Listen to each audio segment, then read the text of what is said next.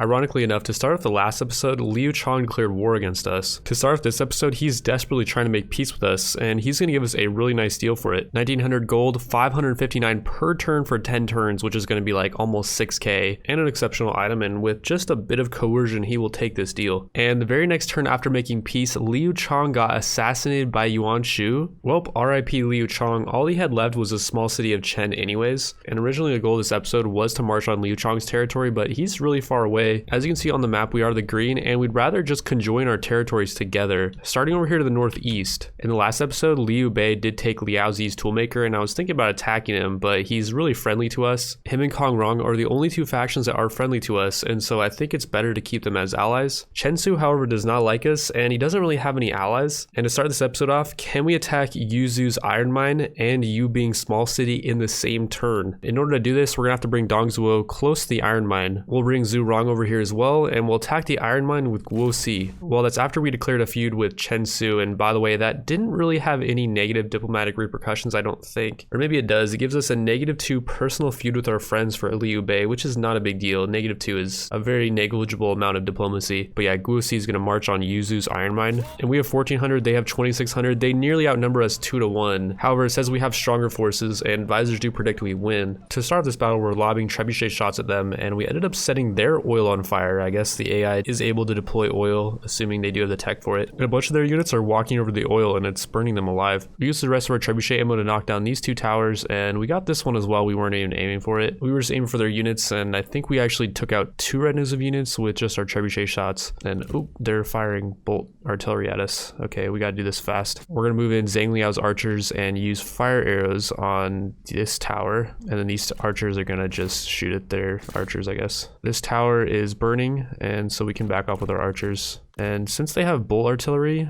maybe we just charge in now. I sent Lu Bu in a little bit too far, and he took a lot of damage, but we got 3 of our generals over to these bolt crossbows, and we're taking them out. The enemy does have a lot of melee units just chilling, but we're going to use Roar of the Beast. It's going to lower their morale by 18, and hopefully in this time, we might be able to get them all to rout. That's making them all flash, actually. Yeah, a lot of these guys are getting ready to... Wait, these guys are running. I wonder if we can get Lu Bu into the middle of all these guys and use Rage. He's moving through them, kind of. Here we go, Rage. This is actually so big.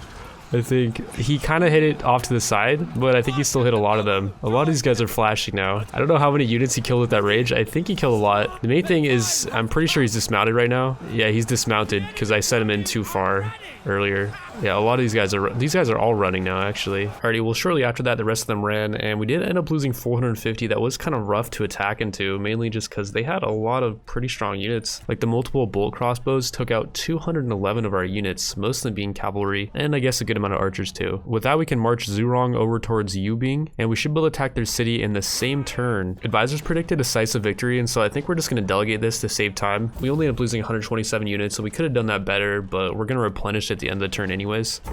Opportunity is seldom And wait, what's going on here? Easily lost. The Emperor is vulnerable. Warlords rise to his defense, whilst others cannot resist the lure of power. They stake their claim with steel and blood. In the ever-growing chaos, there is only one absolute truth. China's fate will be forged in war.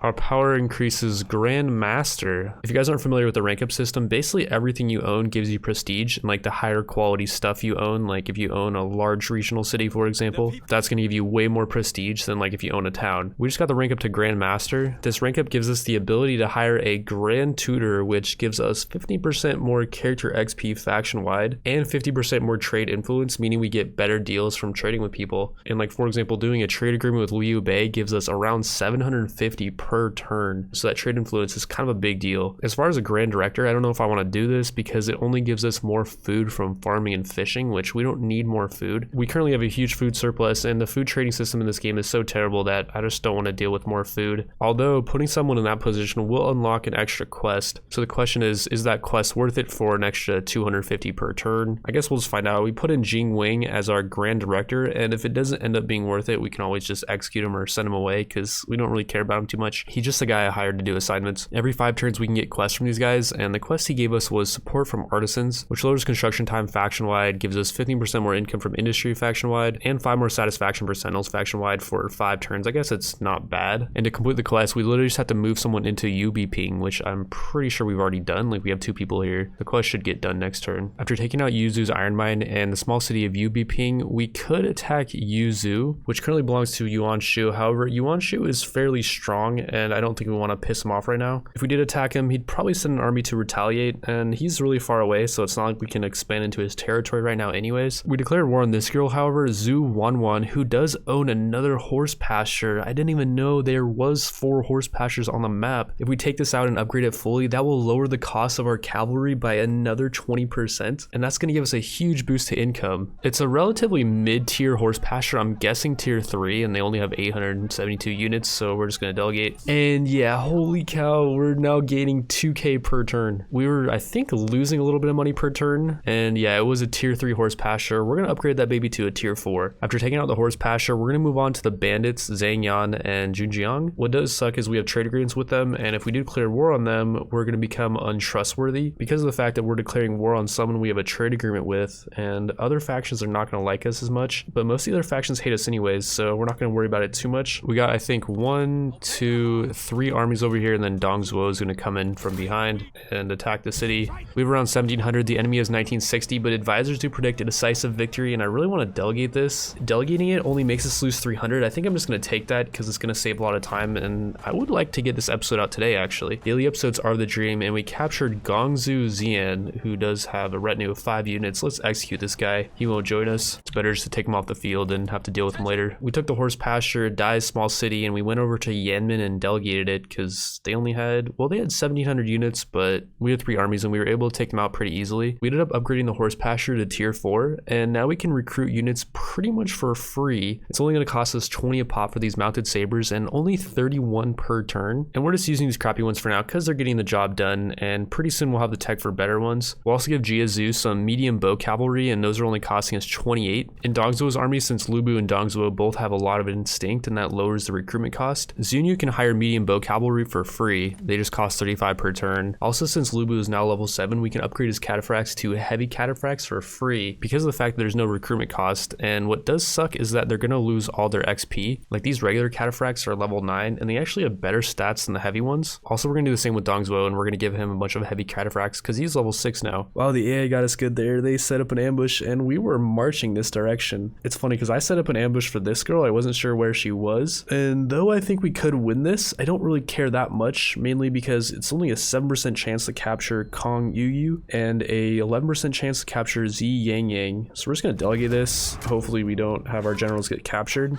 and I think they can just get away. And wow, we only killed 187, but oh, it lets us retreat. That's actually pretty nice. Zhurong's army could reinforce this girl if we do just walk over, and the good thing about Zhurong's army is Zhang Liao can fight night battles, and so can this enemy's general. I think if she does attack Z Yang Yang in a night battle though, since Zhang Liao has the ability to fight night battles, I think he can help out. Oh wow, she backed off and she was sieging the horse pasture. We brought 2 generals over and we tried to attack her, and she was able to retreat. However, we had another general that was barely in range to take her out, and yeah, we can delegate this. We really lost 127 units there. So yeah, our units were way stronger. Meanwhile, after taking Yanmen's lumberyard, our main armies are marching on Yanmen's small regional city, and I think this is Zhangyan's last territory. They have 2,400 units here and we have around 1,600, but we can't just delegate this because our units are way better. And we lost 371 units and got 2,200 almost for winning that. Whoa. After taking out Zhangyan's small regional city of Yanmen, which was his last territory, he's completely wiped out now. We're now going to declare war on Junjiang, and actually that's going to make a lot of people really happy. The only person that's going to be upset about that is Junjiang, but we don't really care about her opinion at this point, as she's about to be completely wiped out. It is a small regional city and we still haven't replenished back up, but it does say we win a decisive victory here. So yeah, we're just gonna delegate.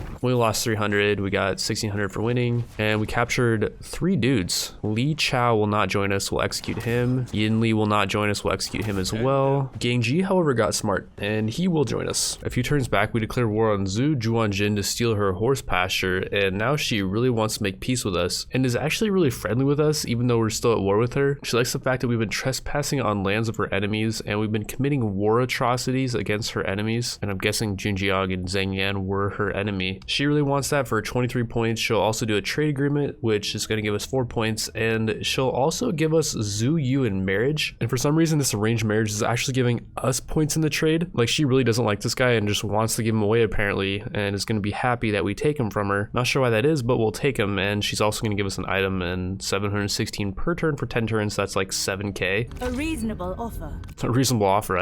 Okay, I guess. The dude she gave us actually had pretty good gear too. He has this unyielding scale mail, which is an exceptional chess piece, and he has a refined family spear. I don't know why she wanted to get rid of this guy so badly. He's also got like decent traits too. I don't understand it. Well, after taking Zhujiang's small regional city, we're now going to take out her farmland, and we can just delegate this. Even though they had around 1900 units versus our 1400, again, our units are way better, and we only lost 100. With that, we're going to move on towards Hinai's large city, and we're not going to start sieging it because I'm pretty sure this girl can fight night battles, and I just don't want to deal with night battles. So we're going to have all these guys set up ambushes and just chill for this next turn, at least until we can get in there with Dong Zhuo. All right, this next turn we got 5 armies surrounding Hinai with pretty much full armies, and the enemy does have 3,200 units here, but our units are going to be able to just overpower them. Delegating it, we only lost 400 out of our 2,500, and we got 2k for winning it. And with that, the bandits Zhangyan and Junjiang are completely wiped out. Here's our territory. We are the green. And actually, if we look at attitude, Liu Bian has had a bit of an attitude adjustment. He now likes us. Kongrong, however, messed up pretty bad, and he made an alliance with the bandits. He's now very unfriendly, well, partly because we've trespassed on his lands and we're actually mounting an invasion on him right now as we speak. But even before that, we committed war atrocities against his friends, eliminated a faction friendly with him, and so because of that, we're going to start the next episode by attacking him. If you've been following the series, you may notice this episode's a lot shorter than the other ones, and that's due to the fact that I'm doing a little experiment and I'm trying to see if shorter, more frequent videos is going to make my channel grow better. The first video in this series was an hour long, and I looked at the analytics of that and it had terrible viewer retention, and so maybe shorter, more frequent videos are the way. Let me know what you guys think in the comments. If you look at it this way, like, I'm pretty much getting the same amount of content out. Yeah, it takes time to get thumbnails and takes time to upload and render and stuff, but for the most part, instead of having a 30-minute video, I'm chopping it up into 3 separate 10-minute videos or like 2 15-minute videos. Also, if you did like the video, then drop a like. It lets me know if I should do more Total War in the future. With that, I want to thank you all for watching, and I will see you in the next one.